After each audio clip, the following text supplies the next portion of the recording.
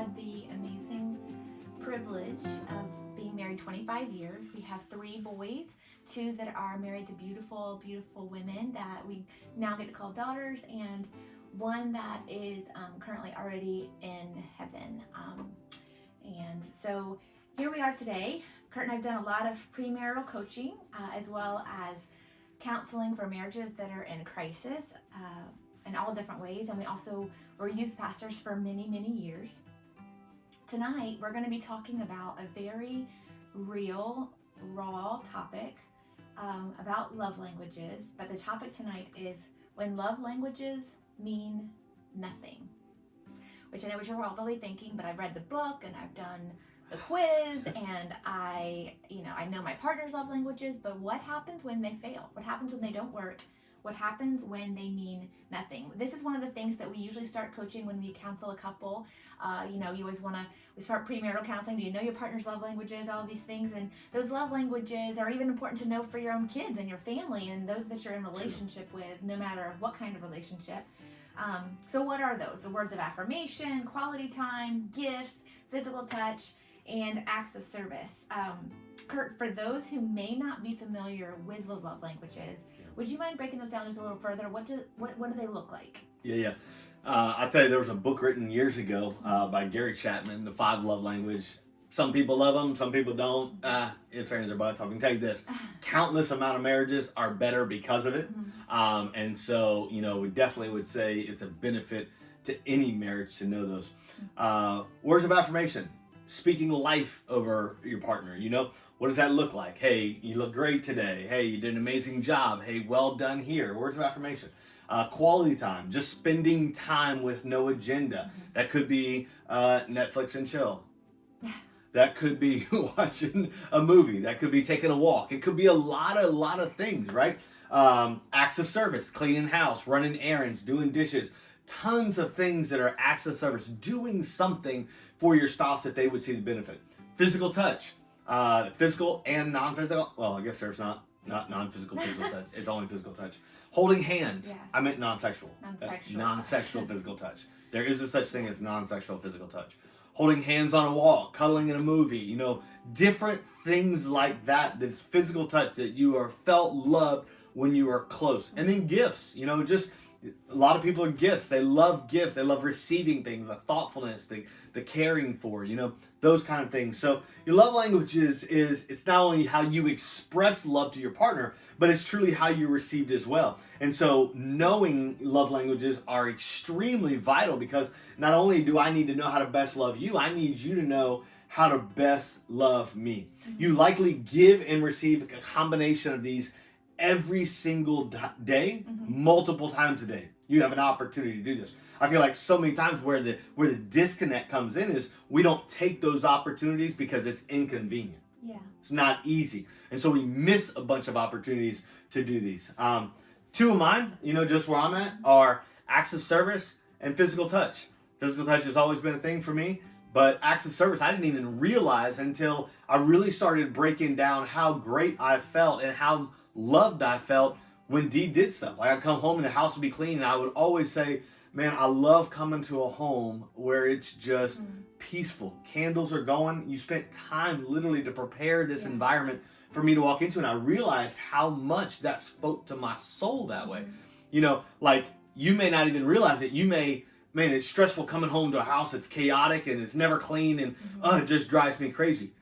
Quite possibly, maybe one of yours is acts of service that you just feel like that language isn't being met. It's not that the house is a mess, because I don't come home every day to a spotless home with candles going. No, he does not. That doesn't happen every day.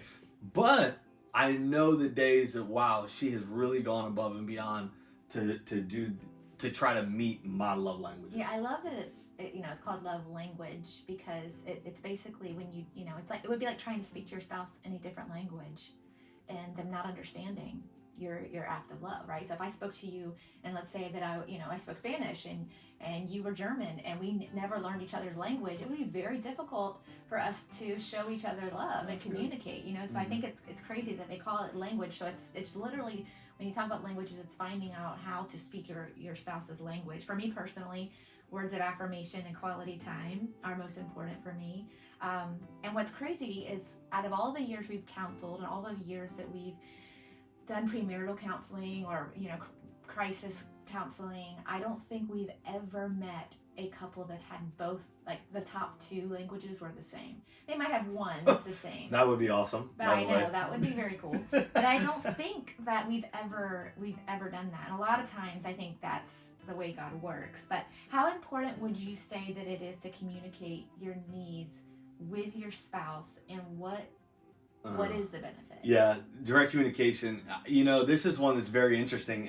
This direct communication, obviously the easy answer is it's extremely important. It's like Jesus in Bible class, you know what I mean? Like that's always the right answer. Direct communication, of course. But let's play that out in a scenario. And I'm gonna take it from the guy point of view.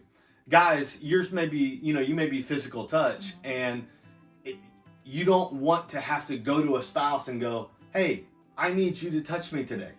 I need to be close to you today.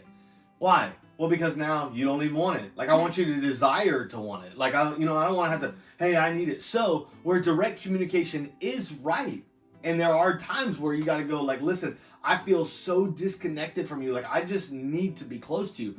That's the, like, one-off. Like, the reality is we've got to find ways to meet love languages without direct communication. Direct communication shouldn't be the norm, but it has to be the give. Like, you've got to be able to go, hey, I need to spend quality time with you today. Hey, I need you to speak life into my soul. But if I'm having to do that every single day, eventually I'm just going to throw my hands up and be like, this ain't even worth it.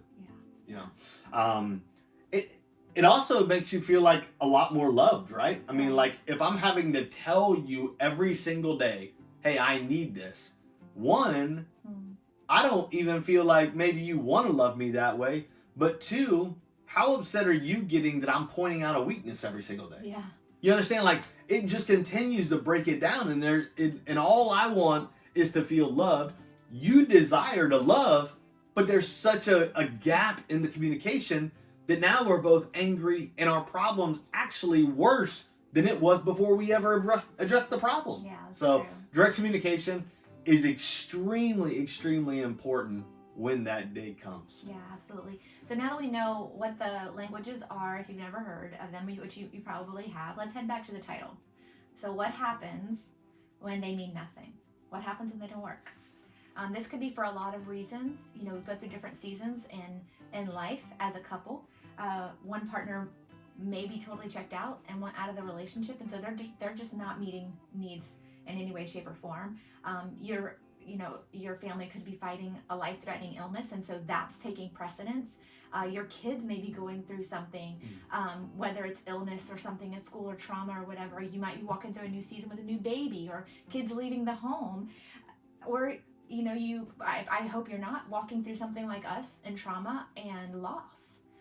But there's these different seasons that happen that totally shift how you communicate as a couple. Walking through loss and tragedy in our families forced us to look through different lenses, and it's forced us to face things that we've never had to face as a couple. We feel that it's really important, and we know that right now, as hard as it is, God's asking us to walk vulnerably and honestly with whoever needs it and is watching, because we know that God is going to honor when we walk through these things, and we walk through vulnerably and honestly. And so here we are, and we're trying to walk as honestly and vulnerably as we can, because personally, I would never want to go and seek counsel or get help from someone that I know has never been there. Weekly, I meet with one of the most just godsends that God's brought me during this season, with an amazing counselor that has experienced loss of a child. And so I know that I can go to her boldly because she's walked through something very, very similar. So that's why we're here, just trying to be vulnerable with these different seasons and express our pain and our vulnerability. So Kurt, what is something that you feel in this season, and I know we both have been learning, but what is something that you feel that God's revealing and learning and teaching us in this process, even though we've said how important and vital it is to understand love languages? What's something that new that we're learning Yeah. in this season through it. Yeah, and I'm so thankful you said that. That's why this is a journey for us, and why we do it with you, and it's just come along the journey, and this is kind of where we are. I think one of the biggest things for me in this whole thing was, and why the title is When They Don't Work. I said in earlier that mine are physical touch and acts of service. Well, can I tell you, like, in complete transparency, can I tell you, like, the two things farthest from Danette's mind when you walk through the loss of a child? Physical touch and acts of service. Like, those just aren't, I'm not every day. And hers, words of affirmation and quality time. Like, we're trying, especially that month 1, month 2, month 3, and still in month 4, you're trying to figure out, hey, do I have enough strength today to stand up and do life, to encounter people, to show God's love in tangible ways, to be true and honest about where we're at? Do I have that kind of strength? Yeah. The strength to muster up words of affirmation or spend quality time, or her trying to figure out how to physical touch and do clean the house, those aren't even a thing. And so when we titled it When They Don't Work, it's because there's going to be seasons in your life that words of affirmation are actually almost like vinegar to the mouth. I mean, it's so distasteful to even go, I can't even demand that of you. But here's the thing, what we're learning. Why so many relationships break during major trials and tragedies is because they have no other way to love. Like, this is all they know. I only know to love them this way. And now that I can't love them in that way, you know what? This whole thing's, it just doesn't make any sense. It's too hard. I'm out. I'm not being loved. They're saying they're not loved. You know what? Let's just call this thing off. This is crazy. So what we want to do is go, no, listen, trial and tragedy, those aren't the moments to break away from people. Right. Those are the moments to press in, but we've got to learn new behaviors so that day that the love languages come back, because they will come back. This is a season that you're having to learn, how do I love in this new season? I'm going to reap the fruit of my old season, and we will do that. But right now, I've got to figure out, how do I love in this moment? Yeah. And so I just want to talk 3 very practical ways, very quickly, that we can do. The first one is, don't go stagnant. Listen, do not go stagnant. Get creative. Find ways to love. Continue to do the things that you know to do, even when they fall on deaf ears. So, like, let's just say words of affirmation. For me and Dee, typically that's a, hey, you're gorgeous. Man, I love you. Man, you're the most finest thing on the planet. Like, all these crazy things that I say that many of you have heard me say, right? Well, in this season, she's not trying to hear that. It's so what I've got to do is I've got to find things that like this. I'm so proud at how you're honestly and vulnerably walking through this situation. I'm so proud at how you're being so transparent through the hurt and through the hard times. I'm so thankful that we get to do this life together. Like, that even in our hardest moment, here we are, arm in arm. Those are words of affirmation. Those are things I'm sending to her to say, listen, I know it's hard and I know you're broken, but I want you to know you've got the biggest cheerleader on the planet who's so stinking happy for you. Quality time, it's literally just presence and accessibility. Am I there? Can I sit on the couch and get in there with her? No, I can't do that. Like, that's not the way I process. But my presence, knowing I'm a phone call away, knowing I'm accessible at all times, that's the quality time that she has to have in these things. Yeah. And, when you're walking through these different seasons, like I was saying before, you speak these different languages, right? And honestly, acts of service is very difficult for me right now. My desire for anything physical right now is very, very hard. Why? Because you're so focused on your season. You're so focused on your loss. You're so focused on your grief. But it doesn't make it right. It doesn't make it right that my desires aren't there. I'm just being real. But that's the season that we're in, right? So how do we get past that? Communication, like we said, you don't want to constantly tell your partner, I need this, I need this, I need this. But when you're walking through trials and you're walking through hardships, communication has to bubble up, because the other partner's doing everything they can to survive that season as well. And I think we get so focused on what we're trying to survive that if we're not careful, we don't really think about how they're processing and how they're trying to survive. You know, in 25 years of marriage, you would think that we would have it down by now. I remember, you know, when we were first married thinking, oh, I can't wait, you know, till we're married 10 years. I can't wait till we're married 15 or 20 years. And, you know, we get through all of these little things that we don't understand about each other or whatever. But what you don't realize is that with every season comes a new layer of growth. Every single season comes a new layer of growth. And if we're not careful, we can look at these new layers and think, oh my gosh, we're here again. I don't want to deal with this. This is so hard. But this is a different season. And whatever you're walking through, it's a different season for your marriage. And we've never faced this season. Prayerfully, we never have to face this season again on this side of heaven. But when you're having trouble getting out of bed, finding purpose, having a conversation to let your partner, hey, this is what I desire today. This is what I need. So we're doing our best to look at each other, you know, differently and communicate differently, and all of our yuck and all of our grief and all of our weakness, and then grab each other by the hand and say, okay, this is what I need. Let's fight hell together. Yeah. Right. Yeah.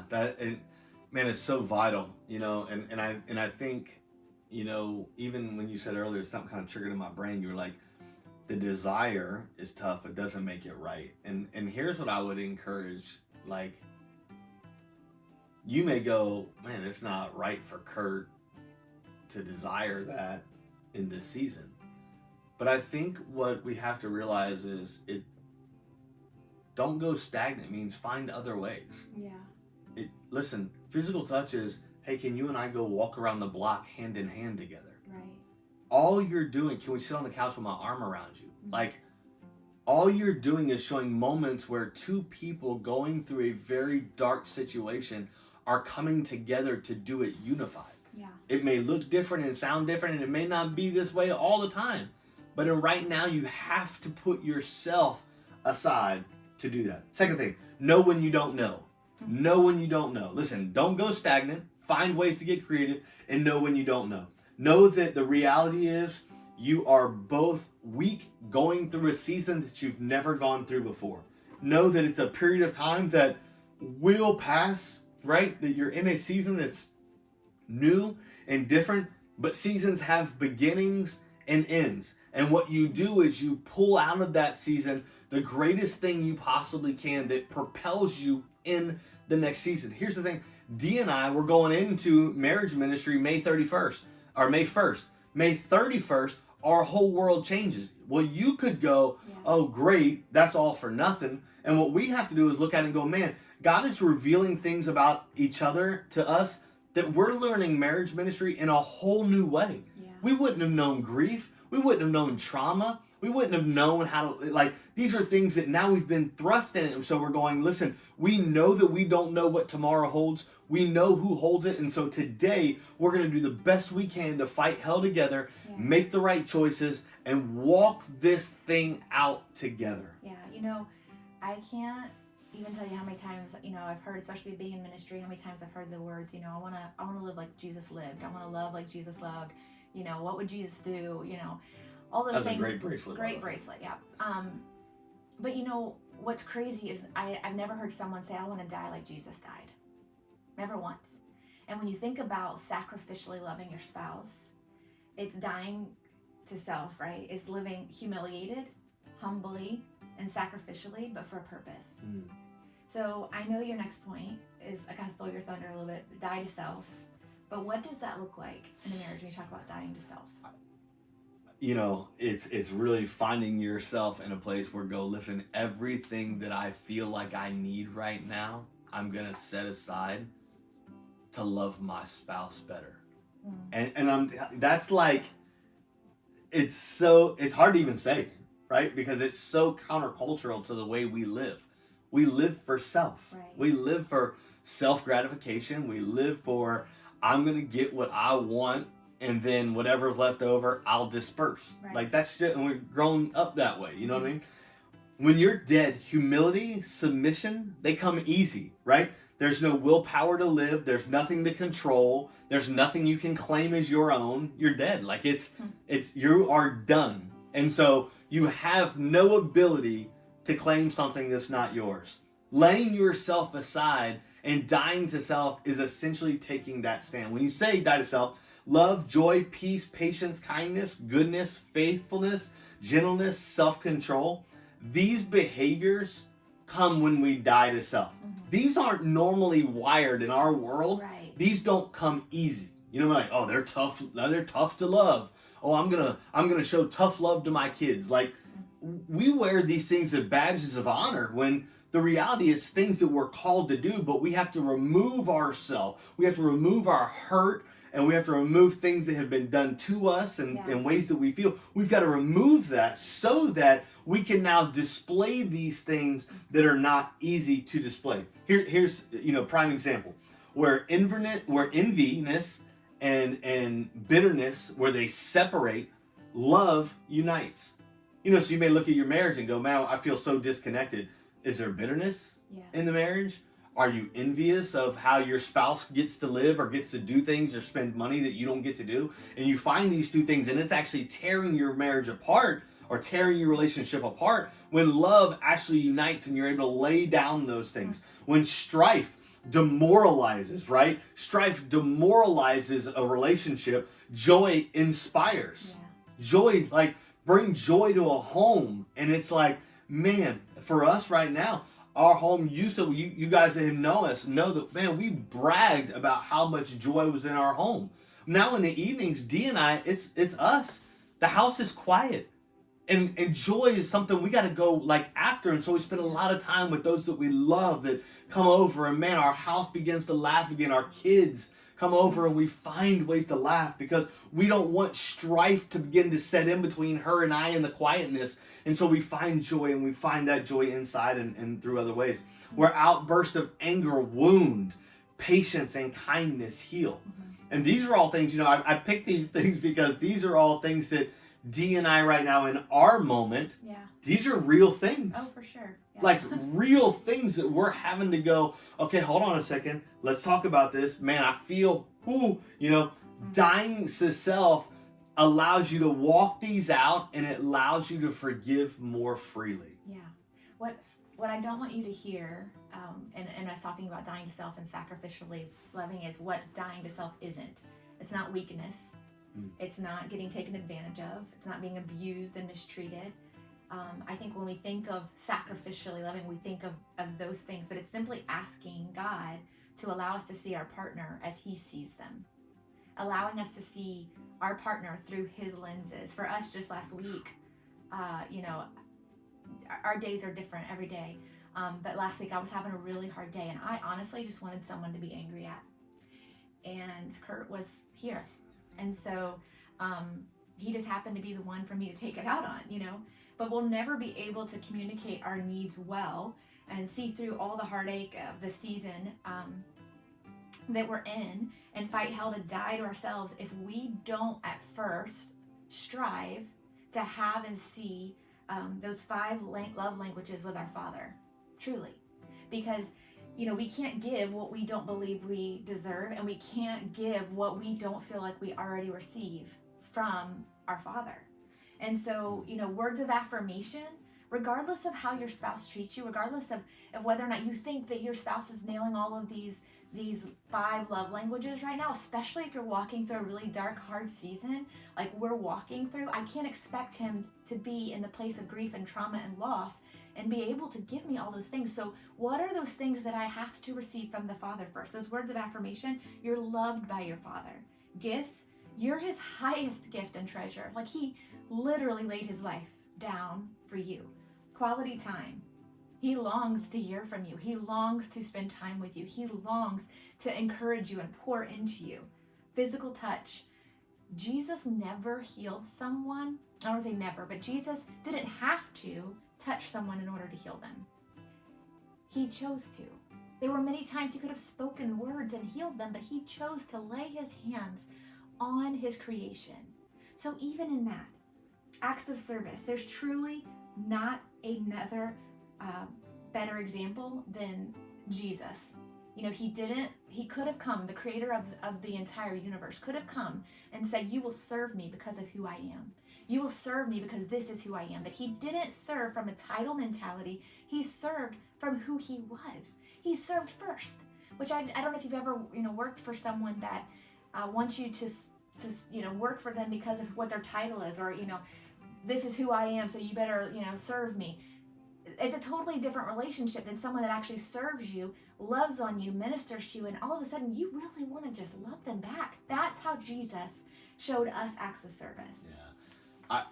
Listen, if you hear nothing else, that is so big. We write these separate, and I'm telling you, that ministered to my heart when I went over it, because I'm like, man, we say all the time, you cannot give out what you don't possess. Right. God gives to you to flow through you. And so you may start not with your spouse. You may have to get alone with the Lord and really kind of start receiving some of these things, because you've never been able to receive love. Right. So giving it's not even, that is huge, girl. Like, I thank you for being so honest. Listen, we say it all the time, we are humbled and honored that you gave up time to prayerfully better your relationship and your marriage. Acts of love in a relationship are everywhere. You just have to open your heart, find them, and then begin to dish them. Begin to give them out. Find ways. Don't go stagnant. Know that you don't know. Get creative and die to self. Listen, we love you guys. On behalf of Broken for Better, it truly is an honor to spend time with you. We encourage you, like and share. That's crazy even saying that. It's weird for us. Like and share the video, because here's why. Sharing it possibly puts it in front of somebody else that doesn't even know about this, but yet they're walking through this right now. You could be a ministry vessel just by sharing. So just encourage you, like and share, encourage someone. BrokenForBetter.com, check it out. November 18th, big golf tournament coming up. Love to have you a part of that. Outside of that, we love you guys, and we pray you have an amazing, amazing marriage.